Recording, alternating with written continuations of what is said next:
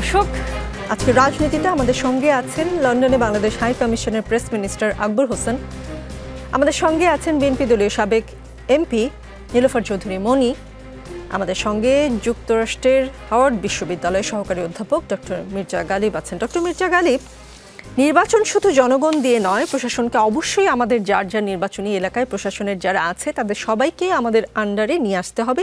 আমাদের কথায় উঠবে, আমাদের কথায় বসবে, আমাদের কথায় গ্রেফতার করবে, আমাদের কথায় মামলা করবে। প্রাইমারি স্কুলের মাস্টার দাড়িপাল্লার কথা বলবে, উচ্চ মাধ্যমিক বিশ্ববিদ্যালয়ের শিক্ষক নুরুল আমিন ভাইয়ের ফটিকছড়িতে দাড়িপাল্লার কথা বলতে হবে। পুলিশ আপনার পিছনে পিছনে হাঁটতে হবে। ওসি সাহেব আপনার কি প্রোগ্রাম সকালবেলায় জেনে নেবে, আপনাকে প্রোটোকল দিবে। কথাগুলো জামায়াত ইসলামের কেন্দ্রীয় কর্ম পরিষদের সদস্য চট্টগ্রাম 15 আসনের মনোনীত প্রার্থী শাহজাহান চৌধুরী বলেছেন। ঠিক কোন প্রক্রিয়া আসলে জামায়াত প্রশাসনকে নিজের মতো করে উঠতে বসতে বাধ্য করবে? যে নিকোলা, ধন্যবাদ আমাকে ইনভাইট করার জন্য, এবং যারা সহ আলোচক আছেন এবং দর্শক সবাইকে শুভেচ্ছা জানাচ্ছি।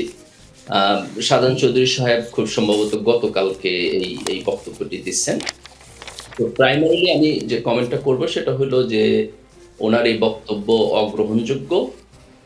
জুলাই গণ অভ্যুত্থানের পরে আমরা সমাজ এবং রাজনীতির যে পরিবর্তন আশা করতেছি, যে জায়গা থেকে আমরা এই রিফর্ম প্রপোজালকে দেখতেছি, সংস্কারের আলাপ আলোচনা করতেছি, লেভেল প্লেইং ফিল্ডের কথা বলতেছি, এই নাগরিক আকাঙ্ক্ষার সাথে এই জাতীয় বক্তব্য একেবারেই যায় না। এবং আমি মনে করি যে উনি এই বক্তব্য প্রত্যাহার করবেন এবং দুঃখ প্রকাশ করবেন।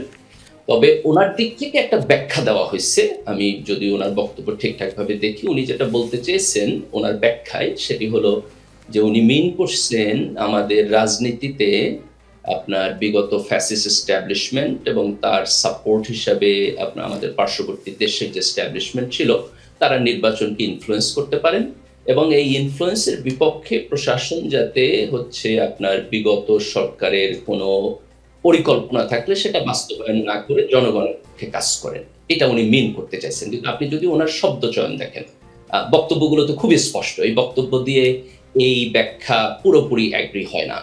তো আমি যদি মনস্তত্ত্ব বিশ্লেষণ করতে চাই যে উনি কেন এটা বললেন, কোন জায়গা থেকে বললেন, তাহলে আমি এইভাবে ব্যাখ্যা করার চেষ্টা করবো। সেটা হলো যে উনি লোকাল পলিটিশিয়ান, উনি এর আগে উনি সিনিয়র পলিটিশিয়ান, কয়েকবার ওইখান থেকে নির্বাচিত হয়েছেন।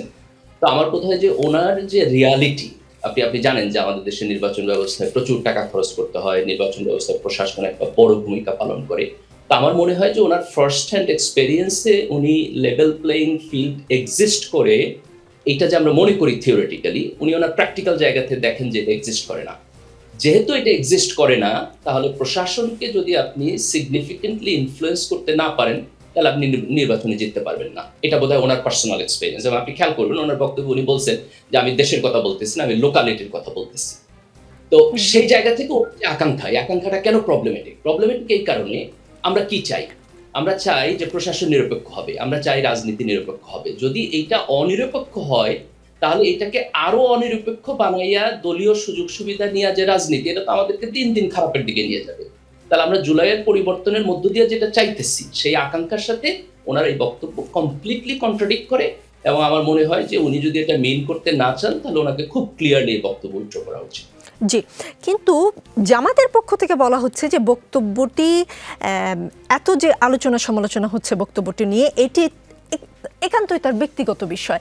কিন্তু ওই মিটিংটা ছিল, দেখেন ওইখানে কাজ যেটা হচ্ছিল সেটা হচ্ছে চট্টগ্রামের নির্বাচনী দায়িত্বশীলদের একটা সমাবেশ। জামাতের একদমই যারা জামায়াতের কর্মী বা চট্টগ্রামের নির্বাচনে বিভিন্নভাবে যুক্ত তাদেরকে নিয়ে একটি সমাবেশ, সেখানে জামায়াতের আমিরও ছিলেন। ওই রকম একটা সমাবেশে তিনি এতক্ষণ বক্তব্য দিলেন। সেই বক্তব্যকে এখন এসে যদি জামাত বলে তার ব্যক্তিগত মতামত, আমার না মির্জা গালিব একটা উদাহরণের কথা মনে পড়লো, যে ওই যে মনে আছে ছাগলকাণ্ডের মতিউর, কিন্তু শুরুতে ওই ছেলে তারই না বলে বলেছিল যে ছেলেটিই তার না, ওরকম মনে হচ্ছে। আপনার কেমন মনে হচ্ছে? আমি আপনার সাথে এই পয়েন্টে কমপ্লিটলি এগ্রি করি। উনি জামাতের এমপি ক্যান্ডিডেট, অত্যন্ত সিনিয়র পলিটিশিয়ান। উনি বোধহয় চট্টগ্রাম মহানগরীর সভাপতিও ছিলেন এক সময়। কাজে আপনি ওনার বক্তব্যকে ব্যক্তিগত বক্তব্য বলে ডিজোন করার কিছু নাই। কিন্তু আপনি এটা বলতে পারেন, আমার বোধ হয় যে ব্যক্তিগত বক্তব্যের জায়গায় জামাত যদি বলতে চায় যে তার দলীয় ফিলসফি এই বক্তব্য দ্বারা রিফ্লেক্টেড হয় না এবং দল এই বক্তব্যকে সাপোর্ট করে না, এটার পক্ষে স্ট্যান্ড করতে চায় না, এটা যদি বলতে চায় তাহলে আমি মনে করি সেই জায়গা থেকে আমাদের অ্যাপ্রিসিয়েট করা উচিত। কারণ দল যদি বলে যে না এটাই তার বক্তব্য আমার বক্তব্য, তাহলে তো অত্যন্ত বাজে কাজ হবে। তো সেই জায়গা থেকে বোধহয় আমাদের অ্যাপ্রিসিয়েট করা দরকার, কিন্তু দায়িত্ব নিতে হবে। আপনি যদি বলেন যে আমার একজন এমপি ক্যান্ডিডেট, উনি হচ্ছে গ্রামাটিক্যালি যেটা আমরা চাই না এরকম একটা বক্তব্য বললেন, আপনি বললেন যে আমার কোনো দায় নাই, আমার হাত খালি, এই বক্তব্য দেওয়া যাবে না। দায়িত্ব নিতে হবে, ভুল কারেকশন করতে হবে এবং রাইট কোর্সে ফিরতে হবে। কিন্তু আমার বোধ হয় যে বক্তব্যের মধ্য দিয়ে আমরা এইটা যদি বোঝার চেষ্টা করতে পারবো না যে জামাত প্রশাসনকে ইনফ্লুয়েন্স করার মধ্য দিয়ে এই নির্বাচন ইনফ্লুয়েন্স করতে চায়, এটা জামাতের পলিটিক্যাল ফিলসফি অথবা এটা জামাতের গেম প্ল্যান, আমার বোধ এই জায়গাতে এটা যাওয়া যাবে না। এই জায়গাটাকে বোধ হয় যে ধরেন লোকাল পলিটিশিয়ানরা এখনো কিভাবে আমাদের নির্বাচনী রাজনীতিকে দেখে এবং বোঝে এবং লেভেল প্লেইং ফিল্ড তৈরি করাটা এখনো কতটা চ্যালেঞ্জিং কাজ, সেই জায়গা থেকে বোধহয় যদি আমরা পড়ি তাহলে that will be a better version. আমি মোটামুটি তার পুরো বক্তব্যটি শুনেছি, তার বক্তব্যে আরও কিছু গুরুত্বপূর্ণ পয়েন্ট আছে, আমি ফিরবো আপনার কাছে। আকবর হোসেন, জামাত ইসলামের এই যে নেতার কথা আমি বললাম, কেন্দ্রীয় কর্ম পরিষদের সদস্য শাহজাহান চৌধুরী আরও বলেছেন আমি আমার দক্ষিণ জেলায় অনেককে সহযোগিতা করেছি, তখন ক্যান্ডিডেট হিসেবে আমার নামও ঘোষণা করা হয়নি। উপদেষ্টাদের সঙ্গে সম্পর্ক ছিল লোহাগাড়ায় 100 কোটি, সাতকানিয়ায় 100 কোটি এবং বাস্তবায়ন করার জন্য লোহাগাড়ায় 10 কোটি, সাতকানিয়ায় 10 কোটি। উপদেষ্টাদের সাথে সম্পর্ক থাকলে বরাদ্দ আনা যায়? মানে উনি তো বলে দিয়েছেন একদম অর্থের পরিমাণ সহ। সারা দেশে উন্নয়ন বরাদ্দ তাহলে গত 1-1.5 বছরে এভাবেই হয়েছে? মির্জা গালিব সাহেব যেটা বললেন আমি ওনার বক্তব্যের সঙ্গে কমপ্লিটলি এগ্রি করি। উনি বলেই দিয়েছেন খোলাসা করে যে শাহজাহান চৌধুরী সাহেব যে কথাগুলো বলেছেন এটা অগ্রহণযোগ্য এবং জামায়াতে ইসলামী এটাকে ওন করাটা ঠিক হবে না দলীয়ভাবে।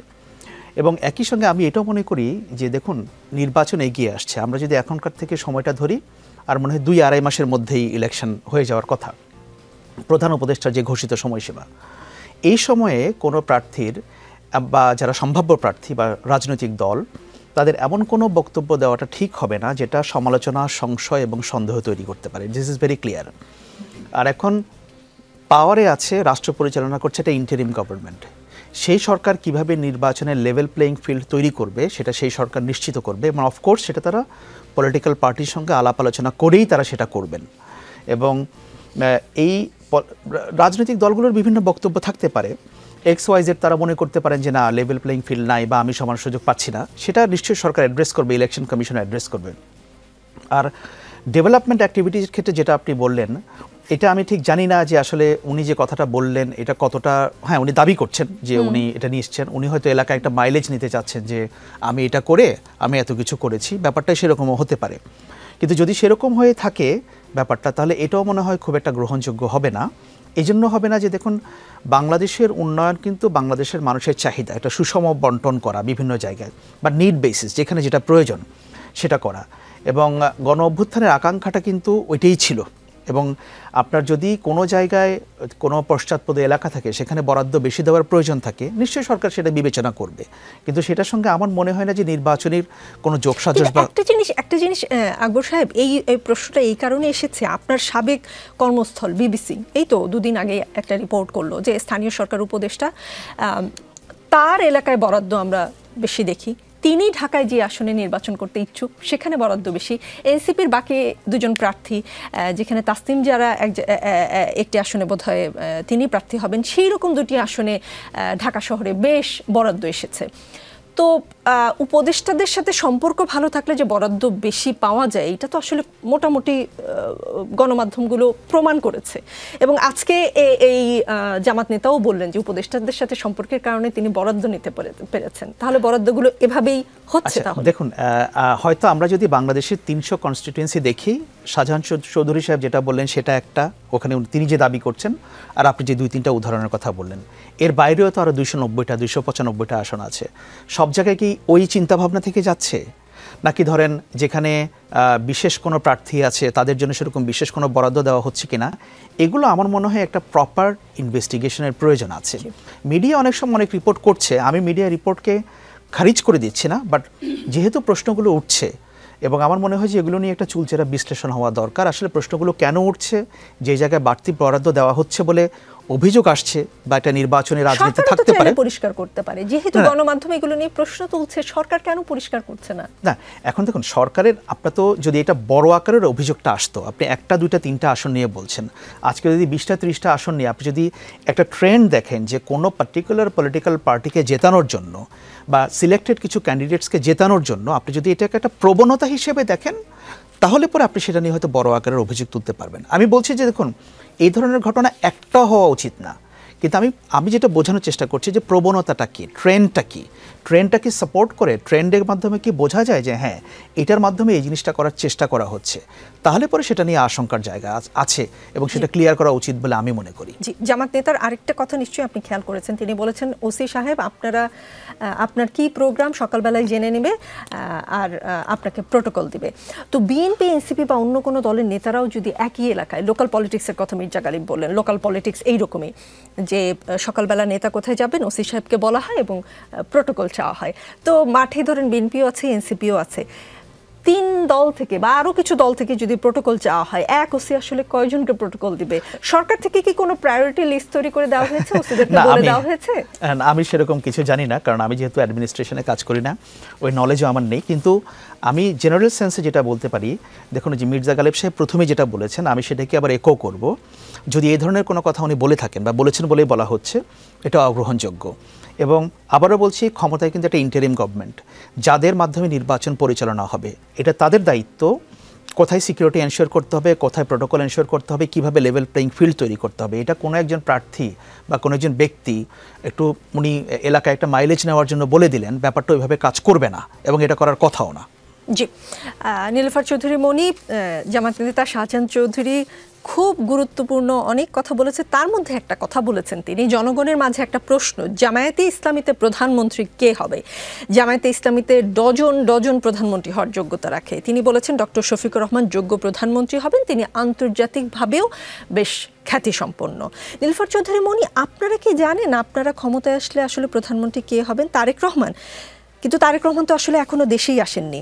আচ্ছা, এমন কিছু কি হবে যে তিনি আসলে নির্বাচনের আগে আর দেশেই আসবেন না, তিনি নির্বাচনের পরে খালেদা জিয়ার ছেড়ে দেওয়া একটি আসনে উপনির্বাচন করে তারপরে কোন একটি দায়িত্বে যাবেন? ধন্যবাদ আপনাকে। যারা শুনছেন আমার শুভেচ্ছা অভিনন্দন, আমার সহ আলোচক বৃন্দকে শুভেচ্ছা। দেখেন, আপনি নিশ্চয়ই জানেন, শুনেছেন যে উনি আসছেন আগামী মাসের ফার্স্ট উইকেই বলা হয়েছে। আপনার বিএনপির যিনি খালেদা জিয়ার সিকিউরিটি চিফ ছিলেন মেজর জেনারেল আকবর সাহেব, উনি বলেছেন যে আগামী ডিসেম্বরের ফার্স্ট উইকে উনি আসতে পারেন, আসার সম্ভাবনা প্রবল। তো উনি তো সব কাজ ওইভাবেই করেছেন, ওনার জন্য সব কিছু ঘরবাড়ি থেকে শুরু করে, ওনার জন্য গাড়ি থেকে শুরু করে সব কিছু গুছানো হয়েছে। তো উনি এইখানে, এবং নমিনেশন কিভাবে কে কোথায় কাজ করবে, কি কাজ করবে, সেগুলোর ডিস্ট্রিবিউট ওনার মাধ্যমেই হচ্ছে সব কিছুই। তো আপনার এটাও জানেন যে দেশনেত্রী বেগম খালেদা জিয়ার শারীরিক অবস্থাটা ততটা ভালো না। তো আমরা এই কথাটাই বলতে চাই যে আমাদের নেত্রীর যদি শারীরিক অবস্থা ভালো থাকে, বিএনপির চেয়ারপারসন হিসেবে আমরা ওনাকেই প্রধানমন্ত্রী মনে করি যে হবেন।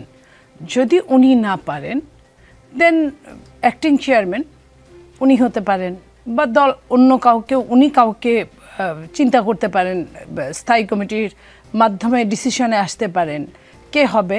আমরা ওইটাকে খুব গুরুত্ব মনে করছি না। এই কারণে আমাদের স্ট্যান্ডিং কমিটিতে যারা আছেন প্রত্যেকেই যোগ্য। আমাদের দেশনেত্রী বেগম খালেদা জিয়া 3বার রাষ্ট্রপ্রধান ছিলেন, প্রধানমন্ত্রী ছিলেন, উনি ওনার যোগ্যতা প্রমাণ করেছেন। তো এই জিনিসটা আমার মনে হয় না যে খুব একটা সমস্যা হবে। জি জি, বিএনপিতে জামাতে ডজন ডজন থাকলেও আপনাদের অন্তত কয়েকজন আছেন যিনি প্রধানমন্ত্রী হওয়ার যোগ্যতা রাখেন। ডক্টর মির্জা গালিব, শাহজাহান চৌধুরীর প্রসঙ্গ আসলে এখনো শেষ হয়নি। তিনি আরও বলেছেন এক একটা নির্বাচনী এলাকায় ভোট সেন্টার সর্বনিম্ন 120টি, সর্বোচ্চ 172টি, প্রত্যেকটা সেন্টার ভিত্তিক 10টা করে পাড়া। সম্মানিত নমিনীবৃন্দ, আপনারা কয়টা পাড়ায় পৌঁছেছেন? প্রত্যেকটা পাড়ায় তো আপনাকে পৌঁছতে হবে।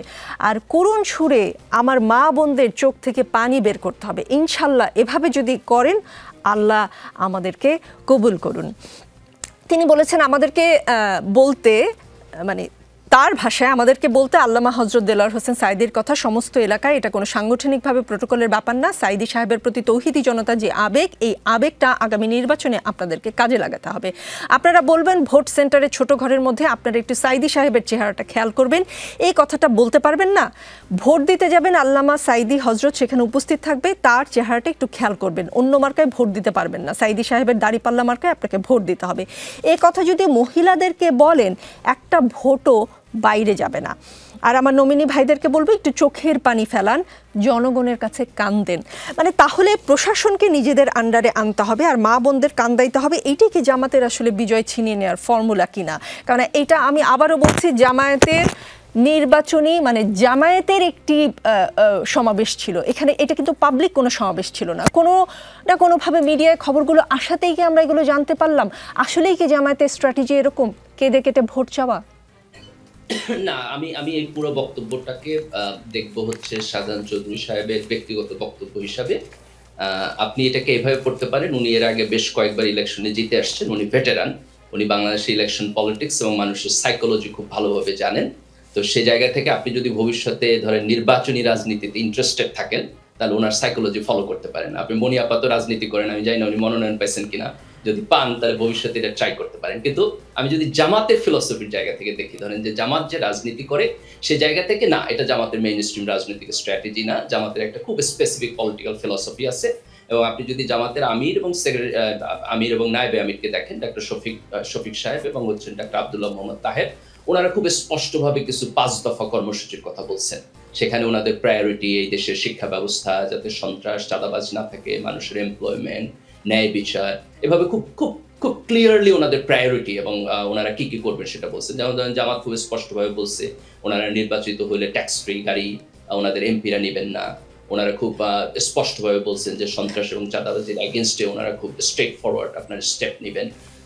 উইমেন এমপ্লয়মেন্ট নিয়ে ওনাদের প্ল্যান এবং কথাবার্তা আছে, আলাপ আলোচনা হইতেছে, সমালোচনা আছে, দ্যাটস এ ডিফারেন্ট থিং। কিন্তু আপনি যদি এই জায়গাগুলোতে দেখেন তাহলে আমাদের পলিটিক্যাল ফিলসফিকে আপনি খুব ক্লিয়ারলি দেখবেন। তো এই পলিটিক্যাল ফিলসফির সাথে শাহজাহান চৌধুরী সাহেবের যে বক্তব্য, এটাকে আপনি একটা আউটলায়ার ডাটা পয়েন্ট। ঠিক আছে, আমি তার বক্তব্য একটু লিঙ্ক করেই বলছি। আপনি যেহেতু জামাতের পলিসির কথা বললেন, তিনি তো মা বোনদের চোখের পানির কথা বলেছেন, মা বোনদের কর্মঘণ্টা নিয়ে জামাতের আমিরও কিন্তু কথা বলেছেন। জামায়াত ক্ষমতায় গেলে মায়েদের কর্মঘণ্টা কমিয়ে 5 ঘন্টা করার ঘোষণা দিয়েছেন। ক্ষমতায় গেলে নারীরা ঘরে সময় দিলে সম্মানিত করবেন বলে জামায়াত বলেছে। জামায়াত ক্ষমতায় গেলে নারীরা শুধু নারীদের সামনে নাচতে পারবে সেটাও বলেছে। নারীদের নিয়ে জামাতের অনেক পরিকল্পনাগুলো নারীদের ঘরে রাখার দিকেই কিন্তু ইঙ্গিত দেয়। এবং এই যে জামাত নেতার এই যে মা বোনদেরকে কান্নাকাটি করে তাদের চোখের পানি দিয়ে ভোট আদায় করার একটা ব্যবস্থা কথা তিনি বলেছেন, সেটা কিন্তু নারীদেরকে জামায়াত কোনো না কোনোভাবে দুর্বলভাবে সেই ইঙ্গিত দেয় কিনা। এবং এই যে জামায়াত ক্ষমতায় গেলে নারীরা কি করবে, নারীদের কাছ থেকে কেঁদে কেটে ভোট, নারীরা নাচতে পারবে কিনা, জামায়াত ক্ষমতা গেলে পুরুষদের নিয়ে ভাবনা কি সেটা তো কোথাও শুনি না মির্জা গালিব। ধরেন কোনো পরিবার যদি চায় পুরুষটি বাচ্চা লালন পালনের জন্য ঘরে থাকবে, নারী বাইরে কাজ করবে, তাহলে পুরুষটির জন্য, নারীর জন্য তো সম্মান দেবে, এটা আমি নিজেই বলেছেন। পুরুষটির জন্য জামায়াতের কি সম্মান থাকবে, অবহেলা থাকবে, নাকি বট বাহিনীর আক্রমণ থাকবে, নাকি কোনোটাই থাকবে না? কোনটা থাকবে?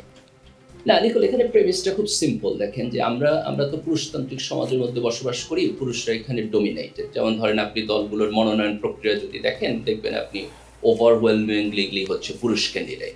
তাহলে আপনি বাই ডিফল্ট ধরে নেন যে পুরুষের অধিকার নিয়ে এই সমাজে খুব বেশি কন্ট্রোভার্সি নাই, বরং যেটুকু পাওয়ার তার চাইতে বেশি তারা পায়। যে কারণে হচ্ছে নারীদের প্রতি আমাদের দৃষ্টিভঙ্গি বেশি থাকে এবং আলাপ আলোচনা বেশি আসে। আমার বোধহয় আমাদেরকে এটা অ্যাপ্রিসিয়েট করতে হবে যে আমরা যদি পিছিয়ে পড়া জনগোষ্ঠীকে আপনার হচ্ছে ফোকাস এবং আলাপ আলোচনার কেন্দ্রে আনি, তাহলে সেটা ভালো। তো এই জায়গা থেকে যে জামাত চিন্তা করতেছে, সেই চিন্তাগুলোর সাথে আপনি আমরা ডিসএগ্রি করবো অনেক জায়গায়, সেটা আলাপ আলোচনা হবে। একটু মাঝখানে বলতে চাচ্ছি, একটু মাঝখানে না বললেই নয়। মানে নারীকে আসলে পিছিয়ে পড়া বলছেন, নারী তো অলরেডি 8 ঘন্টা কাজ করে, 8 ঘন্টার জায়গায় আপনি মানে জামাত 5 ঘন্টা বলছে, সেইটাই কি পিছিয়ে দেওয়ার চিন্তা ভাবনা না? আমার বক্তব্যটাকে আপনি ব্ল্যাঙ্ক স্টেটমেন্ট হিসেবে নিয়েন না। যেমন ধরেন আপনি যদি শিক্ষায় যান, তাহলে আপনি দেখবেন 50% উপরে মেয়েরা এখন স্কুল কলেজে, এসএসসি ইন্টারমিডিয়েটের রেজাল্ট, সেখানে ওনার আগায় আছে। আপনি যদি চাকরিতে যান, অনেকখানি আগায় আছে। কিন্তু আপনি ধরেন যে আপনি যদি রাজনীতিতে আসেন, তাই না, তাহলে আপনি দেখবেন যে এখন এখানে রিপ্রেজেন্টেশন কম। ইভেন আপনি জবেও যদি যান, তাহলে পার্সেন্টেজ 50-50 না। স্টুডেন্ট লাইফে আপনি ধরেন যে ছেলে মেয়ের অনুপাত যেটা দেখেন, তারা আপনি দেখবেন যে এমপ্লয়মেন্টে সেটা থাকে না। তো সেখানে তো আপনি ডাটা বলতেছে যে তারা পিছায় আছে। তো যখন তারা পিছায় আছে, সেখানে আমাদের অতিরিক্ত অ্যাটেনশন দিতে হবে। এটা অত্যন্ত পজিটিভ। জি, মির্জা গালিব পিছিয়ে আছে বলে আপনি প্রশ্ন করেন, আমি এগ্রি করি, কিন্তু অ্যাটেনশন দেওয়াটা তো ভালো জিনিস, অ্যাটেনশন তো আমাদের দিতেই হবে। অ্যাটেনশন 2 রকমের হয়। একটা হচ্ছে চোখে আঙ্গুল দিয়ে দেখিয়ে দেওয়া, যে তোমাকে কাঁদতে হবে, তুমি দুর্বল, তোমার এতক্ষণ বাইরে কাজ করার দরকার নেই, নানানভাবে অ্যাটেনশন দেওয়া যায়। তবে অ্যাটেনশন শ্রদ্ধার সাথে সম্মানের সাথে যদি একটি রাজনৈতিক দলের শীর্ষ নেতৃত্ব না করতে পারে, সেটা আসলেই নারীদের জন্য ভীষণ অপমানজনক। আপনি যদি বলেন এটাকে অ্যাপ্রিশিয়েট করতে অ্যাজ এ উইমেন, আমি পারছি না মির্জা গালিব।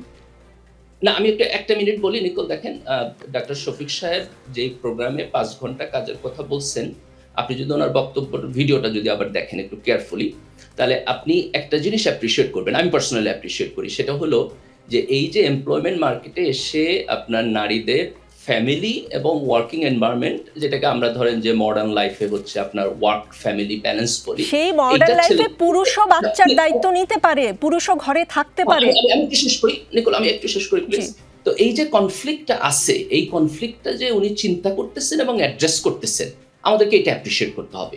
এটা আমি ফেয়ার জায়গা থেকে। সেকেন্ড হলো, এই অ্যাপ্রিশিয়েট করার পদ্ধতি হিসাবে মেয়েদের কর্মঘণ্টা কমানোটা একটা ভালো প্রপোজাল কিনা, আপনি যদি এটা নিয়ে আলাপ করতে চান, আপনি পুরুষের কর্মঘণ্টা কমিয়ে দেন মির্জা গালিব। প্রপোজালটা এরকম হওয়া উচিত, চাইলে নারী 5 ঘন্টা কর্ম করে বাচ্চা লালন করতে পারবে, চাইলে পুরুষও এটা পারবে, নারী পুরুষের জন্য সমানভাবে এটা করা যায়। আপনি নারীকেই কেন বলবেন যে 5 ঘন্টা আপনি অফিসে সময় দিয়ে পরেরটুকু আপনি বাচ্চা লালন পালন করবেন? না নিকোল, আপনি দুইটা জিনিসকে একটু সেপারেট করেন। প্রথম হলো যে উনি কনসার্নটা শো করতেছেন, এই কনসার্নটাকে আমরা অ্যাপ্রিশিয়েট করি, দ্যাটস পয়েন্ট নাম্বার 1। সেকেন্ড, আপনি প্রপোজালে যাচ্ছেন এবং আপনি বলতেছেন প্রপোজালটা প্রবলেমেটিক, কারণ হলো এখানে কেন আলাদা করে নারীদের কথা বলা হচ্ছে। আপনি যদি প্রপোজাল নিয়ে কথা বলেন, আমি ডিফেন্স করবো না। কেন করবো না? আমার কাছে মনে হয়েছে এই প্রপোজালটা যথেষ্ট প্রফেশনাল না। এটা কাজ করবে কিনা, এটার পজিটিভ নেগেটিভ দিক কিভাবে কাজ করবে, এটা ডিটেইল আলাপ আলোচনার মধ্যে আসে নাই। কাজে আমি প্রপোজালটা, আমি নিজেও কনফিউজড যে এই প্রপোজাল আসলে বেস্ট প্রপোজাল কিনা। কাজে আমি প্রপোজাল নিয়ে আমি কোনো বক্তব্য দিব না। কিন্তু আমার কথা হলো যে আপনি যদি ওনার বক্তব্যটা শুনেন, আমি শুনছি ওনার বক্তব্যটা, উনি যে কনসার্নটা শো করতে চাইছেন, বাংলাদেশের একজন টপ পলিটিশিয়ান, একটা দলের প্রধান, উনি নারীদের আপনার ওয়ার্ক এবং ফ্যামিলি লাইফ ব্যালেন্সের যে কনফ্লিক্ট আছে, যেটা প্রবলেম, সারা দুনিয়াতে এটা প্রবলেম, কোনো সভ্যতার মধ্যে এটা প্রপারলি এখন পর্যন্ত সলভ করতে পারে নাই, না ওয়েস্টার্ন সিভিলাইজেশন না মুসলিম সিভিলাইজেশন, কোথাও এটা সলভ হয় না। আপনি যদি ডাটা দেখেন, স্ট্যাটিস্টিক্স দেখেন, ওয়ার্কিং মাদারদের যে কনফ্লিক্টের মধ্যে দিয়ে তারা যাইতে হয় সারা দুনিয়াতে, এটা একটা আনসলভ প্রবলেম। মির্জা গালিব, আপনি যে দেশে বসে এই কথাগুলো বলছেন, সেই দেশেও আনসলভড, সেই দেশেও পুরুষকেও কাজ এবং এই দেশে কত মহিলা, এই দেশে কত নারী মা হওয়ার পর চাকরি ছেড়ে দিতে হয়, তার কারণ হলো তার টেক কেয়ারের কস্ট এবং তার জবের যে ওয়েজ, এই দুইটা ইকুয়াল, এবং এটা ইকুয়াল হওয়ার জন্য হাউ মেনি, এই ডাটাটা কত বড়। This society has lot of problems. বাইরে থেকে মনে হয় সোসাইটি ওয়ে গুড, আমরা এত পিছানো যে এই সোসাইটির সাথে কম্পেয়ার হয় না, আমাদের সিস্টেমই কাজ করে না, এজন্য আপনি কম্পেয়ার করতে পারবেন না। জি ডক্টর মির্জা গালিব, আমাদের এই আর্গুমেন্ট আসলে নেভার এন্ডিং হয়ে যাচ্ছে। আমার আসলে আরো বিষয়ে কথা বলতে হবে, যদি কোনোদিন সময় পাই নিশ্চয়ই শুধু এই টপিকটা নিয়েই কথা বলবো। নীলুফার চৌধুরী মনি, দেবিদ্বারে আপনাদের প্রার্থী মঞ্জুরুল আহসান বলেছেন যার বংশ পরিচয় নেই, বাপ দাদার নাম নেই, সেও নাকি এমপি হবে। দেবিদ্বারে এনসিপি প্রার্থী হাসনাত আব্দুল্লাহ বলেছেন আমার বাবার মতো রাজমিস্ত্রি খেটে খাওয়া মানুষ ও তাদের সন্তান নেতারা যাদেরকে কখনো মানুষই মনে করে না, এবার তাদের নিয়েই হবে আমাদের ব্যালট বিপ্লব ইনশাআল্লাহ। আর সূরা লুকমানে আল্লাহ পাক বলেছেন তোমরা মানুষকে অবজ্ঞা করে কথা বলো না এবং পৃথিবীতে গর্ব ভরে পদচারণা করো না, নিশ্চয়ই আল্লাহ কোনো অহংকারী ও দাম্ভিককে পছন্দ করেন না। হাসনাত আব্দুল্লাহ তার পোস্টে এই আয়াতটি উল্লেখ করেছেন। নীলুফার চৌধুরী মনে মানে জনগণ বংশ দেখে ভোট দেবে, বিএনপি বাংলার জনগণকে এত বোকা ভাবে? দেখেন, এটা দুঃখজনক, এটা দুঃখজনক যে এটা ইসলাম যে অনেকটাই বলেছেন, যেটা হাসনাত লিখেছে 100% সত্যি, এবং পাশাপাশি কবিরাও পিছিয়ে নাই, জন্ম হোক যথা তথা কর্ম হোক ভালো। তো তার বাবা কি করে এটা কিন্তু তার ওই বেজ না, বরং আমি ওই যে রিকশাওয়ালাটা যে দাঁড়িয়েছে সেখানে আমি একজন রিকশাওয়ালাকে সাপোর্ট দিতাম যদি তার শিক্ষা, তার অন্য মানে জাতিকে দেওয়ার মতো সব কিছু মিলে যদি ঠিক থাকতো, অনেক দিন আগে থেকে এটা নিয়ে কাজ করতে আমি এটা করতাম, এটা হুমজিক্যালি ওটা হয়েছে। বাট হাসনাত আব্দুল্লাহকে নিয়ে যে কথাটা মঞ্জু সাহেব বলেছেন এটা খুবই দুঃখজনক। এটা আমার ধারণা যে উনি এখান থেকে সরে আসলে ওনার জন্য ভালো হবে, কারণ বিএনপি এই স্ট্র্যাটেজিটাকে বিশ্বাস করে না। বিএনপিতেও অনেকেই আছে যাদেরও পরিচয় এমন করেই হঠাৎ করেই আঙ্গুল ফুলে কলা গাছ হয়েছে। আমি হাসনাতকে আঙ্গুল ফুলে কলা গাছ বলবো না, আমি বলবো যে ও যেখানে আছে ওটা ঠিক, আমি তার অনেক সমালোচনা করতে পারি, কিন্তু এই ব্যাপারে সমালোচনা হাসনাতের বাবাকে আজকে আমি থ্যাঙ্কস বলতে চাই যে সে ওই কাজ করে তার সন্তানকে প্রপারলি একটা বিশ্ববিদ্যালয়, প্রথম সারির বিশ্ববিদ্যালয় বাংলাদেশে পড়াতে পেরেছে। এটা তার জন্য অনেকটাই আমি মানে ধন্যবাদের একদম ওই যে জায়গায় যেটা মঞ্জু সাহেব এটা পেতে পারে না, বরং এটা মঞ্জু সাহেবের ভোট নষ্ট হওয়া ছাড়া আমি ভালো কিছু বলতে পারি না এই জায়গায়। আকবর হোসেন, বাউল শিল্পী আবুল সরকারকে নিয়ে পাল্টাপাল্টি অবস্থান সৃষ্টি হয়েছে আলেম সমাজ ও বাউল সম্প্রদায়ের মধ্যে। মানিকগঞ্জে ধর্মীয় অনুভূতিতে আঘাতের অভিযোগে শাস্তির দাবিতে আলেমদের বিক্ষোভ, অন্যদিকে মুক্তির দাবিতে মানববন্ধন কর্মসূচি দেয় বাউলরা। পাল্টাপাল্টি কর্মসূচি ঘিরে হামলায় দুই পক্ষের অন্তত 5 জন আহত হয়েছেন। পরে পুলিশ পরিস্থিতি নিয়ন্ত্রণে আনে। এর আগে উত্তেজনাকর পরিস্থিতি তৈরির পর পণ্ড হয়ে যায় বাউলদের পূর্ব নির্ধারিত মানববন্ধন কর্মসূচি। তারা করতে পারেনি, প্রশাসনের অনুরোধে তারা ওই এলাকা ছেড়ে চলে যায়। অন্যদিকে আবুল সরকারের শাস্তির দাবিতে জেলা প্রশাসকের কাছে স্মারকলিপি দেয় আলেম সমাজ। দুই পক্ষের কর্মসূচি ছিল, এটা আগে থেকেই জানা ছিল, তো আগে থেকে ব্যবস্থা নেওয়া যেত না? দেখুন, পরিস্থিতিটা কী ছিল আমি সেটা পুঙ্খানুপুঙ্খ বলতে পারবো না, তবে এতটুকু আমি যেটা বলতে পারি সেটা হচ্ছে যে ব্যাপারটা দুঃখজনক, এটা খুবই দুঃখজনক। এবং আমার বিষয় হচ্ছে যে ধর্মীয় অনুভূতিতে আঘাত বা সেটা আসলে আঘাত কিনা এটা কিন্তু ব্যক্তি হিসাবে আমি জাজ করতে পারবো না। যদি কাউকে নিয়ে সে ধরনের কোনো অভিযোগ থাকে, এটার একটা যথাযথ আইনি প্রক্রিয়া আছে এবং বাংলাদেশে সেই সংক্রান্ত আইনও আছে। এখন প্রশ্ন হচ্ছে বিভিন্ন জায়গায় বা এর আগেও এই ধরনের ঘটনা ঘটেছে, এখনও হচ্ছে। আমি মনে করি যে দেখুন, বাংলাদেশের ইসলামপন্থী রাজনৈতিক দল এবং সংগঠনগুলো ফ্যাসিবাদ বিরোধী আন্দোলনে, গণ অভ্যুত্থানে তাদের একটা বড় ভূমিকা ছিল অন্য সবার মতো। সমাজের এমন কোনো সেকশন আপনি দেখাতে পারবেন না যারা গণ অভ্যুত্থানের পক্ষে দাঁড়ায়নি, এবং সেখানে শুধু ইসলামপন্থী রাজনৈতিক দল না, বাউল বলেন বা অন্য যত শ্রেণী পেশার লোক আছে সবাই করেছে।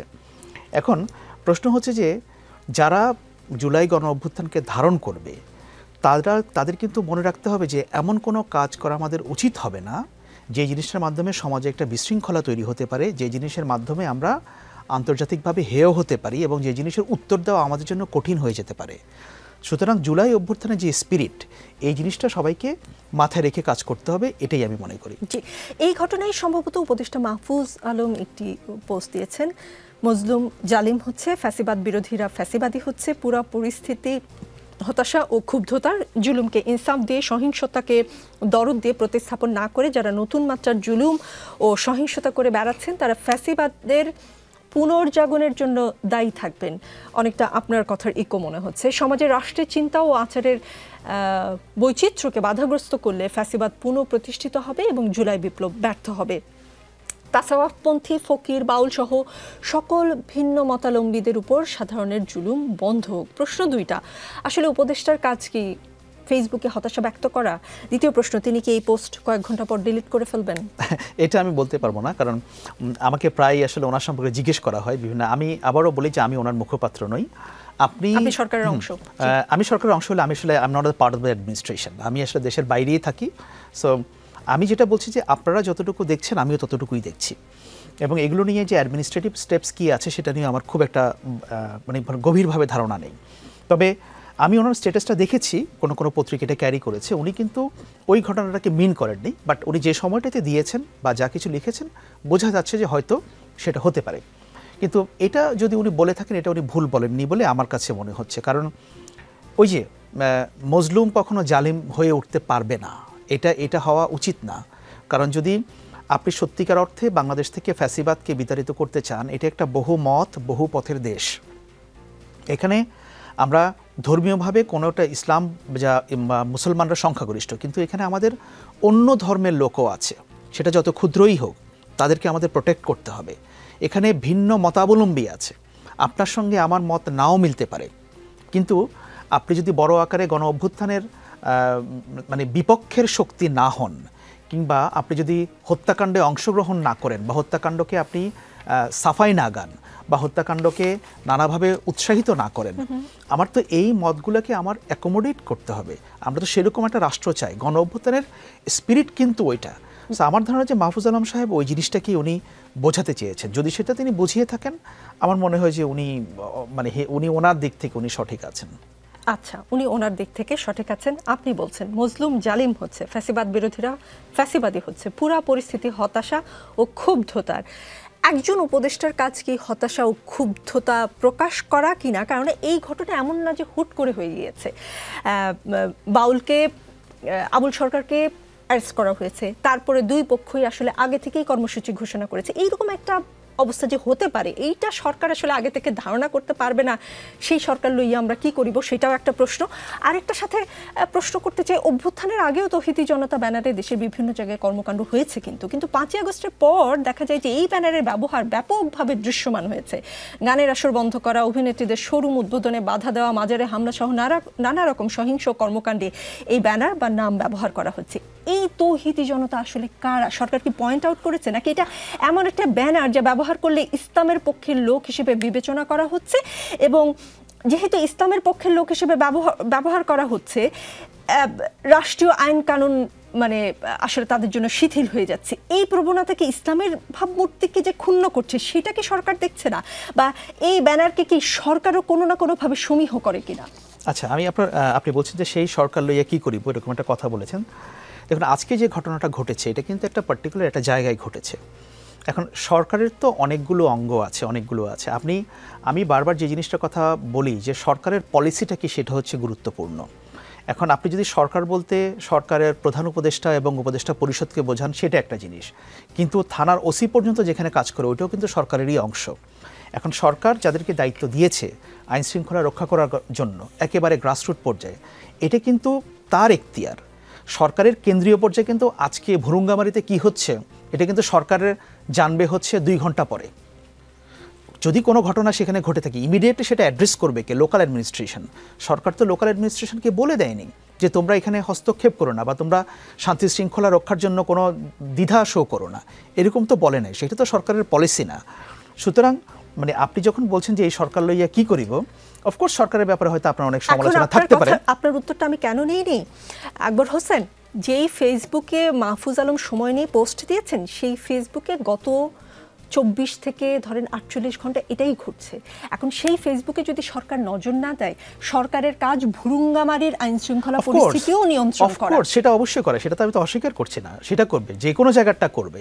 কিন্তু আমি বলতে চাই সরকারের যে স্তরগুলো আছে, ইমিডিয়েটলি বিষয়টাকে কারা অ্যাড্রেস করবে এবং পুলিশ সেখানে কী ধরনের অ্যাকশন নিয়েছে। আপনি বলছেন, দেখেন একটা জায়গায় যখন একটা সংঘাতময় পরিস্থিতি তৈরি হয়ে যায়, আইন শৃঙ্খলা রক্ষাকারী বাহিনীর সদস্য যে পরিমাণ থাকে, সেখান থেকে যদি ক্রাউডের সংখ্যা বেশি হয়ে যায়, ইমিডিয়েটলি হয়তো সেটাকে ট্যাকেল করাটা কঠিন হয়, বাট ইভেনচুয়ালি পুলিশ কিন্তু সেটা করে বা করতে চায় বা করতে পারে। আমি এখনো আপনার উত্তর আসলে আকবর হোসেন মেনে নিতে পারিনি, কারণ আপনি না মানতে পারেন না নিকোল। দেখুন, আপনার এটা অফ কোর্স না 24 ঘন্টা আগে থেকে সরকার জানে, সেনসিটিভ এলাকায় তো বিশেষ নজর দিতে হবে। খুব ভালো কথা। আপনি যদি আমার উত্তর না মানতে পারেন, আমিও আপনার কথা মানতে পারছি না, সো কাটাকাটি ব্যাপারটা ওরকম না। আমি যেটা উত্তর দিয়েছি এটা আমার উত্তর, এটা যে আপনাকে মানতে হবে ব্যাপারটা তা না। এটা দর্শকরা কিভাবে দেখছে সেটা হচ্ছে কথা। নিশ্চয়ই জনগণই রায় দিবে আসলে সরকারের এই আচরণ জনগণ মেনে নিতে পারলো কিনা। নীলুফার চৌধুরী মনি, একই দিনে জাতীয় নির্বাচন ও গণভোট করা চ্যালেঞ্জিং বলে জানিয়েছেন প্রধান নির্বাচন কমিশনার এএমএম নাসিরউদ্দিন। তিনি বলেন, একই দিনে নির্বাচন ও গণভোট অনুষ্ঠানের এমন পরিস্থিতির মুখোমুখি নির্বাচন কমিশন কখনো হয়নি। জামায়াত সহ 8টি দল এতদিন এই চ্যালেঞ্জের কথাই কিন্তু বলে আসছিল, এখন সিইসি নিজেও বলছে চ্যালেঞ্জের কথা। তাহলে কি যারা জাতীয় নির্বাচনের আগে গণভোট দাবি করেছিল তারাই সঠিক? দেখেন, এখানে সঠিক বেঠিকের কথাটা যেটা, সেটা কিন্তু একসাথে টেবিলে বসিয়ে এই আলোচনাটা করানো উচিত। আমি কিন্তু এটা একজন পোল খাওয়া রাজনীতি কর্মী হিসেবে বলবো, একদিনে একই সাথে আপনার ইসিসির তো কিছু করার নাই, সেখানে সে সময়ের একটা ব্যাপার বলতে পারে। যেমন 4টা পয়েন্ট দেওয়া আছে, 4টা পয়েন্টের সঙ্গে কিন্তু 4টা হানা নাই। 4টা পয়েন্টের শেষে যে কোনো আপনি একটা বেছে নিতে হবে। 4টা পয়েন্ট কারোরই পুরাটা মানা সম্ভব না। সমস্যাটা হলো ওইখানে, যদি একটা হা না থাকতো তাহলে কিন্তু এই সমস্যাটা হতো না। আপনার একটার সাথে আপনি একটা এমপি ভোটে দিবেন, একটা ভোটই আপনি এমপিকে দিবেন, আরেকটা পেজে আপনি হা অথবা নাকে ভোট দিবেন। যদি প্রশ্নটা সহজতর হয়, প্রশ্নটা এখানে একদম চরমভাবে বিদঘুটে, চরমভাবে এটা সাংঘর্ষিক প্রশ্ন নিয়ে, কিংবা এইখানে অনেকগুলো কথা আছে, যেমন ধরেন বাংলাদেশের প্রত্যেকটা মানুষ কিন্তু শিক্ষিত না যে চাইলেই অকপটে সবগুলো গড়গড় করে পড়তে পারবে। এখানে নিরক্ষররাও যায়, এখানে অন্ধরাও যায়, সেইখানে প্রত্যেকটা ওই ব্যক্তিদেরকে, বৃদ্ধরা যায় যারা নিজেরা চোখে দেখে না বা বলতে পারে না, বুঝতে পারে না, তাদেরকে বোঝানোর দায়িত্ব কার? তাহলে প্রত্যেকটা একটা ভোট দিতে কতক্ষণ সময় লাগবে? আমি কিন্তু একসাথে 2টা ভোটের কথা বলছি না, 2টা ভোট দেওয়া যাইতো, কিন্তু ওই 4টা পয়েন্ট, যে 4টা পয়েন্ট সাংঘর্ষিক, 4টা পয়েন্টের উত্তর একভাবে দিতে হবে, কিন্তু 4টা পয়েন্টের উত্তর 4টা হওয়ার কথা। তো সেই জায়গায় এইটা নিয়ে ইসি বা আপনার সরকারের চিন্তা করা উচিত। সরকার প্রধান যখন এই কথাটা বললেন, অনভিজ্ঞ সরকার প্রধান, উনি তো এইভাবে চাপিয়ে দিতে পারে না। উনি এইটা করার আগে আবার তাদের ওনার রাজনৈতিক দলদের নিয়ে ওই পয়েন্টগুলো নিয়ে বসার কথা। ভোটের তারিখটা উনি একদিনে করবেন না 2 দিনে করবেন, এটাও সেটা বলতে পারতেন, বাট এটা একটা জায়গায় তাকে আসতে হবে। সে এসেছে একটা জায়গায় যে একদিনে হতে পারে, তাতে আপনার সময় কম লাগবে, খরচ কম লাগবে। এটা তো সত্যি যে বাংলাদেশের মতো দেশে 2 বছরের মধ্যে 3টা নির্বাচন মানে ভেরি টাফ। এই সময়টা যতই আমরা বলি খুব ভালো আছি, আমরা যে ভালো নেই বাংলাদেশের সচেতন নাগরিকরা জানে, সরকার নিজে জানে। সো এই জায়গা থেকে আমরা মনে করি যে এইখানে যে ভোটগুলো আছে সেইখানে আরেকটা জিনিস, যে এখানে হা ভোট না ভোটের একটা ব্যাপার আছে। না ভোট যদি জয়যুক্ত হয় তাহলে কি হবে, এটাও কিন্তু খোলাসা করে বলা নাই। এখানেও কিন্তু অনেক রকম আপনার আওয়ামী লীগের যে ভোটগুলা, যেটা এখন কোনখানে যাবে করে এক একজনের প্রতিযোগিতায় লিপ্ত হয়েছে, কেউ পুরাটাই ক্ষমা করে দিয়েছে, কেউ আবার বলছে যে আমরা মামলা তুলবো, এই করব সেই করব। আছে সবাই সবার মতো করেই কিন্তু তাদেরকে সুবিধা দেওয়ার চেষ্টা করছে, বলছে। সেই তারা যে আর যেখানেই ভোট দেয়, তারা যে জুলাই সনদে হায়ে ভোট দিবে না, এটা অবশ্যই। নাম্বার 1, আপনি আমাকে বিশ্বাস করেন নাই, আমি বিএনপি করি, আমাকে আপনি একদমই বিশ্বাস করেন নাই। আমি যে কথাটা বলছিলাম যে যেই রাষ্ট্রীয় ক্ষমতায় আসুক, রাষ্ট্র পরিচালনার দায়িত্বে, তখন আমরা আলোচনা করে 2/3 মেজরিটি নিয়ে আমরা এটা পাশ করব। আপনি বিশ্বাস করেন নাই, আপনি জবরদস্তি করে এই ভোটটা নিয়েছেন, গণভোট। তাহলে আপনার এই অসাংবিধানিক গণভোট আমি কিভাবে আপনারা হ্যাঁ ভোট দিব? আমি তো নাও দিতে পারি। নীলোফার চৌধুরী মনি, প্রথমে আপনাদের দাবি ছিল যে একই দিনে গণভোট হতে হবে, এখন কিন্তু আপনার কথা শুনে মনে হচ্ছে আপনারা এখন গণভোট বাতিলেরই দাবি করছেন। বিষয়টাকে আপনাদের জটিল মনে হচ্ছে। আমরা তো গণভোটের পক্ষে ছিল না এরকম। জি, নীলোফার চৌধুরী মনি, বিএনপি স্থায়ী কমিটির সদস্য সালাউদ্দিন আহমদ বলেছেন কোরআন ও সুন্নাহর বিপরীতে বাংলাদেশে কোনো কানুন করা হবে না, যদি আগে করা হয়ে থাকে সেটি বাতিল করা হবে। রোববার বিকেলে রাজধানী শেরে বাংলা নগরে, মানে আজকে বিকেলেই চিনমন্ত্রী সম্মেলনে সম্মিলিত ইমাম খতিব পরিষদ আয়োজিত জাতীয় সম্মেলনে সালাউদ্দিন আহমেদ এই ঘোষণাটা দিয়েছেন। কেন জানি শুনে জান্নাতের টিকিট ক্যাম্পেইনের মতো শোনালো, জামাতের যে জান্নাতের টিকিট ক্যাম্পেইন, যেটা সমালোচনা করেছেন আপনাদের মহাসচিবও। জামায়াতে ইসলামী, ইসলামী আন্দোলন বাংলাদেশ সহ অন্যান্য ধর্মীয় রাজনৈতিক দলগুলোও দেশে কুরআন সুন্নাহর আইনের কথা বলে। তাদের দলে অনেক বড় বড় আলেমও আছেন, তারা সরাসরি ধর্মীয় রাজনৈতিক দল এবং শরিয়া আইনের কথা ওপেনলি বলেই তারা রাজনীতি করে। তাহলে কুরআন সুন্নাহর আলোকে দেশ পরিচালনা করতে জনগণ জামাতকে বাদ রেখে বিএনপিকে আসলে কেন ভোট দিতে যাবে? আপনাদের দলের মহাসচিব এর আগে বলেছিলেন আপনারা সেকুলারিজমে বিশ্বাস করেন, শরিয়া আইনে না। দল হিসেবে বিএনপিকে আসলে খুব কন্ট্রাডিক্টরি অবস্থানে চলে যাচ্ছে না? দেখেন, আমাদের নেতা, এই দলের প্রতিষ্ঠাতা শহীদ প্রেসিডেন্ট জিয়াউর রহমান, উনি কিন্তু বিসমিল্লাহ বসিয়েছেন সংবিধানে, কিন্তু উনি কিন্তু শরিয়া আইনি দিয়ে দেশ চলতে হবে তা করে নাই। যখন যেখানে দরকার, ইসলাম একজন রাষ্ট্রপ্রধানের কাছে মিনিমাম একটু ক্ষমতা রাখেন, যে চাইলে সে এই জায়গা থেকে কিছুটা সে সরে আসতে পারে অ্যাজ এ রাষ্ট্রপ্রধান হিসেবে। তো আমরা ওই জায়গা থেকে সালাউদ্দিন সাহেব কিভাবে বলছেন, কিভাবে উনি ওনার জায়গা থেকে খুলাসা করবে হয়তো বা 2-1 দিনের মধ্যে। বাট আমরা মনে করি যে যেমন ধরেন যে এই যে সঙ্গীত শিক্ষককে উঠিয়ে দেওয়া, তারপরে আপনার এই যে আরও যে জিনিসগুলো, যে গান বাজনা, ফুটবল খেলা, নারীর বিভিন্ন সমস্যাগুলো নিয়ে, নারীর পোশাক পরিচ্ছদ নিয়ে যে ধরনের কথা হচ্ছে, সেটা কিন্তু আমরা এটার পক্ষে না। তো এই জায়গায় শরিয়া আপনার কিভাবে কি কাজ করবে, আমাদের দলও কিন্তু এই কথাটা বলে নাই। তো একটা সঙ্গীত শিল্পী উঠে যাওয়ার মানেই কিন্তু একদম শরিয়াকে টু দ্য পয়েন্ট আমরা মেনে নিলাম, ওই জন্য আমরা পক্ষে থাকবো, এটা কিন্তু না। আমরা চাই শরীরচর্চা শিক্ষক, একটা মানুষের শরীরচর্চা জীবনের জন্য তার কতটা প্রয়োজন, সেই জায়গায় যে বা যারা এই ধরনের কথা বলে, বিএনপি সম্পূর্ণরূপে তাদের বিপক্ষে। আমি তো বিএনপি করি, আমি আপনার সামনেই তো কথা বলছি, ওপেন কথা বলছি। তো আমি আমার জায়গা থেকে যদি বলে থাকি, বিএনপি এই জন্যই একটা মধ্যপন্থা দল। বিএনপিতে আমি আমার কথাটা আমি বলে যাচ্ছি, সেটার জন্য আমি বিশ্বাস করি, আমি এটার জন্য শোকজ খাবো না। তো সালাউদ্দিন সাহেব যেটা বলেছেন, নিশ্চয়ই এটার মধ্যে হয়তো বা উনি কোনো যুক্তি তুলে ধরতে পারবেন আমার মনে হয়। কারণ আমাদের নেতা, আমাদের প্রতিষ্ঠাতা, উনি যেহেতু করেন নাই, তারপরে দেশনেত্রী বেগম খালেদা জিয়া তিনবার রাষ্ট্রে পরিচালনার দায়িত্ব পালন করেছেন, উনিও করেন নাই। তাহলে এখন কেন এই ধরনের প্রশ্ন, এই 21শ শতাব্দীতে এই প্রশ্ন আসতে পারে না? যখন নারী এবং পুরুষ সমানে সমান কাজ করছে, সেইখানে এটা আসার কথা না। জি, ডক্টর মির্জা গালিব, নির্বাচনে জয়ী হলে আমরা জনগণের খাদেম হব, শাসক নয়। আমরা নির্বাচিত হলে এখানে কোনো দুর্নীতি, চাঁদাবাজি থাকবে না, ভিন্ন ধর্মাবলম্বীদের নিরাপত্তা নিশ্চিত করা হবে। চাঁপাইনবাবগঞ্জে নবাবগঞ্জ সরকারি কলেজ মাঠে আয়োজিত ছাত্র যুব উৎসবে চাঁপাইনবাবগঞ্জ 3 আসনে জামায়াতের প্রার্থী নুরুল ইসলাম বুলবুল এই কথাগুলো বলেছেন। তো এই যে মানিকগঞ্জে স্থানীয় তৌহিদি জনতা ও বাউলদের ঘটনা ঘটলো এবং একটা উত্তেজনাকর পরিস্থিতি হলো, জামায়াত এই বিষয়টা নিয়ে চুপ কেন? চুপ বলতে ধরেন এটা নিন্দা করতেছে না অথবা স্পষ্টভাবে তার ওপিনিয়ন দিতেছে না। আমি জানি না স্পেসিফিক এই ঘটনায় জামাত বলছে কিনা, কিন্তু আমার বোধহয় এর আগে পরে অনেকগুলো ঘটনায় তারা ওপিনিয়ন দিচ্ছে।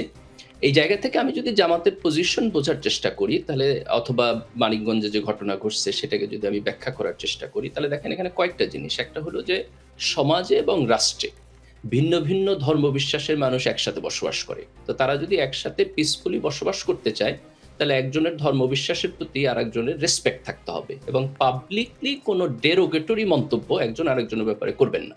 এটা যদি করেন তাহলে সমাজে অ্যানার্কি তৈরি হবে। তো আপনি যদি মানিকগঞ্জের ঘটনা দেখেন, তাহলে এটা শুরু হয়েছে যে ইসলাম ধর্ম নিয়ে, নবীকে নিয়ে, নবী করিম সাল্লাল্লাহু আলাইহি সাল্লামকে নিয়ে এক ধরনের ডেরোগেটরি মন্তব্য করা। এটাকে আমাদের কারোই এন্টারটেইন করা উচিত না, কারণ এটা সমাজে অ্যানার্কি তৈরি করবে। এখন দ্বিতীয় পয়েন্ট হলো যে এই যে একটা প্রবলেম হলো, এই প্রবলেমটা আমি সলভ করতে চাই। এই সলভটা যদি আমি আমার হাতে আইন তুলে নিয়ে করি, তাহলে তো আমি আবার অ্যানার্কি তৈরি করতেছি। তাহলে আমি প্রাইমারিলি আর্গু করতেছি যে আমি একটা অ্যানার্কি থেকে বাঁচার জন্য এই জাতীয় ডেরোগেটরি বক্তব্য অ্যালাউ করবো না, তাহলে এটা সমাধানের জন্য আমাকে অ্যানার্কি করা যাবে না। তো এই অ্যানার্কিটা সমাজে কেন হয়, যেটা আপনি প্রথমে প্রশ্ন করছেন আকবর ভাইকে, যে প্রশ্নটা আসলে ওই জায়গায় যে আইন শৃঙ্খলা পরিস্থিতির উপরে আপনার জনগণের সংখ্যাগরিষ্ঠ অংশের যখন ট্রাস্ট থাকে না, আস্থা থাকে না, তখন মানুষ নিজের হাতে আইন নিতে চায়। এবং এটা শুধু ধর্মের ব্যাপারে না, আমাদের সমাজে আপনি দেখবেন যে ছিনতাইকারী ধরা পড়লে আপনার গণপিটুনি দিয়ে মেরে ফেলে, চুরি করে ধরা পড়লে গণপিটুনি দিয়ে মেরে ফেলে। এর আগে আমরা দেখছি আপনার ছেলে ধরা সন্দেহে একজনকে গণপিটুনি দিয়ে মেরে ফেলছে। এটা একটা সামাজিক ফেনোমেনা। এই ফেনোমেনা আমাদের সমাজে কেন আসে? তার কারণ আসে হচ্ছে আইন শৃঙ্খলা পরিস্থিতির উপর মানুষের ট্রাস্ট নাই, তারা মনে করে এটা বিচার হবে না, তারা মনে করে যে তারা কোর্টে গিয়ে ঠিকঠাক মতো এটার কাজ করবে না। তো এই জায়গাটা আমাদের উন্নতি করতে হবে। এটা যদি আমরা উন্নতি করতে পারি, তাহলে এই সিচুয়েশন থেকে আমরা বের হতে পারবো। দ্বিতীয় আরেকটা জিনিস আমাদেরকে চিন্তা করতে হবে, সেটা হলো যে ধরেন ধর্ম যেহেতু মানুষের একটা সেন্সিটিভ অনুভূতি এবং এটা মানুষের মানে জীবনযাপনের পার্ট, আপনি এটাকে ডিকাপল করতে পারবেন না। অনেকে এই প্রবলেমগুলোর কারণে মনে করে যে ধর্মকে আমাকে ডিকাপল করতে হবে, আপনি ডিকাপল করতে পারবেন না, আপনাকে এটাকে নিয়েই ম্যানেজমেন্ট করতে হবে। তো সেই ম্যানেজমেন্টের ওয়েটা কি? ওয়ে হইলো যে এই লোকদের প্রতিনিধিদেরকে, তাদেরকে আপনি প্রান্তিক মানুষ করে ফেললে হবে না, তাকে ডিসিশন মেকিং এর পার্ট করতে হবে, ম্যানেজমেন্টের পার্ট করতে হবে। ধরেন একটা জেলায় এই ঘটনা ঘটলো, সেখানকার যে আইন শৃঙ্খলা কমিটি আছে ডিসি অথবা এসপির নেতৃত্বে, সেখানে যদি স্থানীয় আলেম ওলামারা থাকেন, মসজিদের ইমামরা থাকেন, আপনার মাদ্রাসার শিক্ষকরা থাকেন এবং তারা তাদের যে অ্যাগ্রিভড যে মানসিকতা, এটা নিয়ে যদি আলাপ করতে পারেন, তাহলে আপনি দেখবেন এই জাতীয় ঘটনাটা অনেকখানি কমে আসবে। আর আমাদের ইসলামিক রাজনৈতিক দলের নেতৃবৃন্দ এবং সমাজে যারা আলেম আছেন, যারা হচ্ছে আপনার ধর্মপ্রাণ মানুষ, যাদেরকে রেসপেক্ট করে, তাদেরকে খুব স্পষ্টভাবে কথা বলতে হবে। সেটা হলো যে আমরা সমাজে এনার্কি চাই না। আমরা প্রত্যেকেই যদি হাতে আইন তুলে নেই, তাহলে যে এনার্কিক সমাজ তৈরি হবে সেটা আমাদের কারোর জন্য ভালো হবে না। এটা আমরা আমাদের দেশের মধ্যে এফোর্ড করতে পারবো না, আন্তর্জাতিকভাবে এফোর্ড করতে পারবো না। আকবর হোসেন, ডক্টর ইউনূসের সাথে বেগম খালেদা জিয়ার একান্ত বৈঠক হয়েছে, এটা কি বিশেষ কোনো আলোচনার জন্য, নাকি আসলে সেনাকুঞ্জে দেখা হয়েছে, সেনাকুঞ্জে তাই বৈঠকের আয়োজন করা হয়েছে, নাকি আগামী নির্বাচনে আওয়ামী লীগের অংশগ্রহণ বিষয়ে হ্যাঁ না বিষয়ে কোনো আলাপ? বিশেষ করে দিল্লিতে খলিল দোভাল বৈঠকের পরে আলোচনা কোনো বার্তা দেয় কিনা? এটা নিয়ে আমি কোনো স্পেকুলেশন করতে পারবো না, কারণ মিটিংটা যেহেতু 1-to-1, আপনার পজিশন থেকে পারেনও না। জি, তারপরে আমরা আসলে প্রশ্ন হচ্ছে যে আমরা যেটা দেখি যে প্রফেসর ইউনূস বাংলাদেশের এখন যে এক্সিস্টিং পলিটিক্যাল পার্টিস যেগুলো আছে, তাদের টপ লিডারশিপের প্রতি ওনার একটা শ্রদ্ধা আছে এবং উনি টাইম টু টাইম ওনাদের সঙ্গে কথা বলেন। এবং আপনার মনে থাকবে যে খালেদা জিয়াকে কিভাবে তার বাড়ি থেকে উচ্ছেদ করে দেওয়া হয়েছিল, যে বাড়িতে তিনি দশকের পর দশক ছিলেন, ঢাকা ক্যান্টনমেন্টেই। এবং তিনি বাংলাদেশের তার স্বামী সাবেক রাষ্ট্রপতি জিয়াউর রহমান সেনাবাহিনীর প্রধান ছিলেন, কিন্তু খালেদা জিয়া কার্যত সেনানিবাসে নিষিদ্ধ ছিলেন বেশ বহু বছর ধরে। এখন প্রশ্ন হচ্ছে, আপনি দেখবেন যে প্রথমবার যখন অন্তর্বর্তী সরকার দায়িত্ব গ্রহণ করলো, তখন কিন্তু যে এই যে আর্ম ফোর্সেস ডে যেটা হলো, সেখানে কিন্তু বেগম খালেদা জিয়াকে ইনভাইট করা হলো এবং তিনি আসলেন।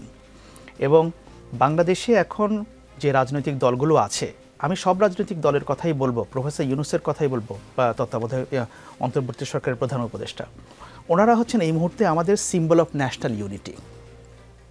এবং খালেদা জিয়া যতদিন পর্যন্ত জীবিত আছেন, পার্টির উপরে তার কর্তৃত্ব আমরা অস্বীকার করতে পারবো না। বিএনপি বাংলাদেশের একটা বড় রাজনৈতিক দল, এবং সেখানে শুধু প্রধান উপদেষ্টাদের শুধু খালেদা জিয়ার সঙ্গেই কথা বলেছেন তা না। আপনারা বিভিন্ন যে ছবিগুলো দেখবেন, সেখানে কিন্তু জামায়াত ইসলামের আমিরও ছিল, সবাই কুশল বিনিময় হয়েছেন। যেহেতু খালেদা জিয়ার প্রতি ওনার আগে থেকে ওনারা পুরনো পরিচিত, তাদের মধ্যে থেকে যখন বিএনপি ক্ষমতায় ছিল, তারা গ্রামীণ ব্যাংকে অনেক প্যাট্রোনাইজ করেছে বা ক্ষুদ্র ঋণ ইত্যাদি বিষয় নিয়ে। সো তারা একসঙ্গে কাজ করেছেন অতীতে বিভিন্ন সময়। তো সেই থেকে একটা পুরনো পরিচয় সূত্র থেকে হয়তো তাদের মধ্যে বাড়তি কিছু কথা হতেই পারে। আমি ছোট করে একটু জানতে চাই, আওয়ামী লীগকে নির্বাচনে অংশ নিতে সুযোগ দেওয়ার বিষয়ে সরকারের উপর আন্তর্জাতিক কোনো চাপ আছে কি? এখন দেখুন, আওয়ামী লীগের ব্যাপারটা নির্ধারণ হবে হচ্ছে এটা, যেহেতু দল হিসাবে আওয়ামী লীগ কীভাবে অপারেট করতে পারবে, এখানে এখন তাদের একটা মাত্র রায় হয়েছে, আরও রায় সামনে আসবে। আদালত কী রায় দিবে ট্রাইব্যুনাল, সেটা আমরা জানি না। এটা নির্ভর করবে, এখন তো আওয়ামী লীগ দল হিসেবে নিষিদ্ধ না, তাদের কর্মকাণ্ড পলিটিক্যাল অ্যাক্টিভিটিস তাদের নিষিদ্ধ। সুতরাং এটা নির্ভর করবে আদালত কোন দিকে যায়, এটা আদালতের উপরে আমরা ডিসিশনটা আমরা ছেড়ে দেই।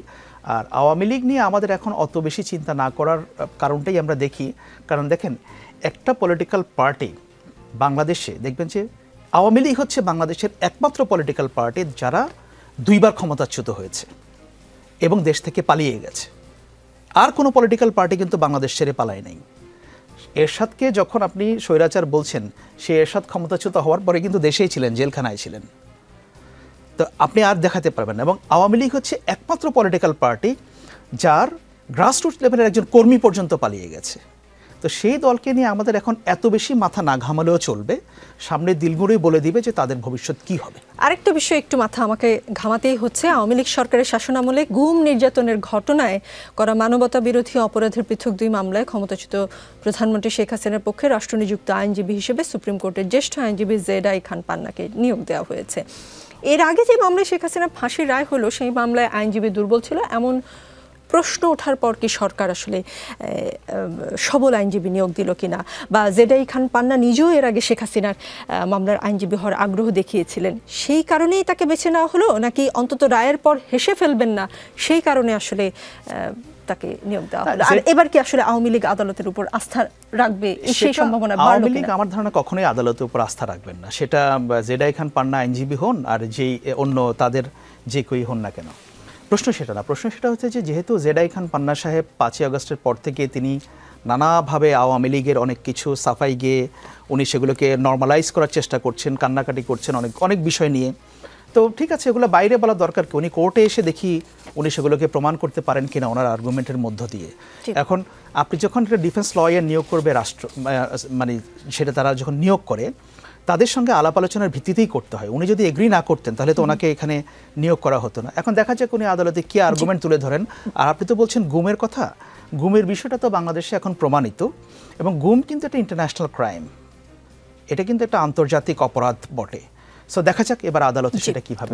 নীলুফার চৌধুরী মনি, প্রশ্নটা আপনাকেই করছি, কারণ বাংলাদেশের মানুষ বিশেষ করে ভূমিকম্পের ভয়ে, বিশেষ করে রাজধানীবাসী ভূমিকম্পের ভয়ে ভীষণ আতঙ্কিত। আপনাকে করছি এই কারণে যে নির্বাচনে জয়ী হলে আগামী সরকার হয়তো বিএনপি গঠন করবে।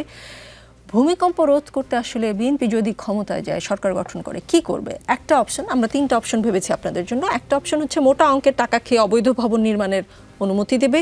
2, রাজধানীতে যেন 1 ইঞ্চিও খালি জায়গা না থাকে, যেমন খোলা মাঠ জলাশয় না থাকে, সেটা নিশ্চিত করবে। এখন যেসব ভবন ঝুঁকিপূর্ণ সেগুলোর একটি তালিকা করে মালিকের কাছ থেকে চাঁদা চাইবে, অথবা কর্মীরা গিয়ে ওই ভবনটি দখল করে ফেলবে। 3টার মধ্যে কোনটা করবেন? 3টার কোনোটাই করবে না, 3টার কোনোটাই করবে না।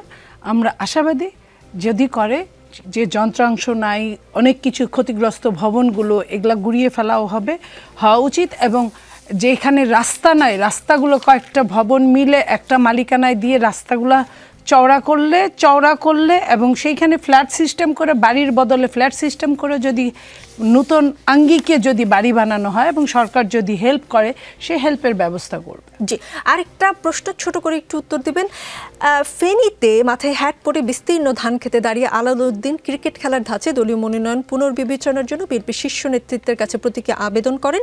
সেটা নিয়ে খুব প্রশংসিত হয়েছে, কিন্তু তারপরে আমরা দেখছি বিভিন্ন এলাকায় দিন পাল্টেছে, কিন্তু মনে হয় যে বিএনপির আসলে সব এলাকার নেতাকর্মী পাল্টেনি, কারণ অন্য সব আসনে এখনও রাস্তা বন্ধ করে, টায়ার পুড়িয়ে, মারামারি করে, জনভোগান্তি করে মনোনয়ন আদায় করার জন্য বিএনপির কর্মীরা এখনও আন্দোলন করছে। বিএনপি ক্ষমতায় যাওয়ার আগেই যদি মনোনয়ন নিয়ে জনভোগান্তি করে, ক্ষমতায় যাওয়ার পরে কি করবে? দেখেন, এটা দুঃখজনক যে দল মনোনয়ন দেয় না, এই জন্য মানে দেশের মানুষের ভোগান্তি হোক, এটা আসলে কোনোভাবেই কাম্য না। আপনি জানেন, আমি নিজে মনোনয়ন বঞ্চিত হয়েছি, যেটা আমি খুবই আশাবাদী ছিলাম। আমি না, শুধু বাংলাদেশের অনেক মানুষ আশাবাদী ছিল। আমি চাইলে অনেক কিছুই করতে পারতাম, বাট আমি প্রকৃত পক্ষেই আমি বাংলাদেশের মানুষকে পছন্দ করি, যে কারণে আমি চাইলে আমার এলাকা যেটা, আমি ওই এলাকা নিয়ে মিছিল করতে পারি, অনেকের ভোগান্তি সৃষ্টি করতে পারি। এটা কোনো আনসার হতে পারে না, কারণ আমার দল যে ডিসিশন নিয়েছে, সেই পারলে আমি দলের সাথে কথা বলবো, কিন্তু জনগণের ভোগান্তি করার কোনো কারণ থাকতে পারে। জি, ধান খেতে দাঁড়িয়ে আসলে আমি তাকে ধন্যবাদ জানাই। প্রতীকী আবেদন করা, এটা আসলে একটা নতুন ট্রেন্ড। এই ট্রেন্ড ফলো করা যায়, জনভোগান্তি না করেও আসলে অনেকভাবে দৃষ্টি আকর্ষণ করা যায়। রাজনীতির ভাষা বদলাবে, জনভোগান্তি, রাজনীতির কারণে জনভোগান্তি হবে না, সেই প্রত্যাশা আমরা করতেই পারি। রাজনীতিতে শেষ কথা বলে কিছু নেই। আগামী বৃহস্পতিবার রাত 9টায় আবারও দেখা হবে, সাথেই থাকবেন।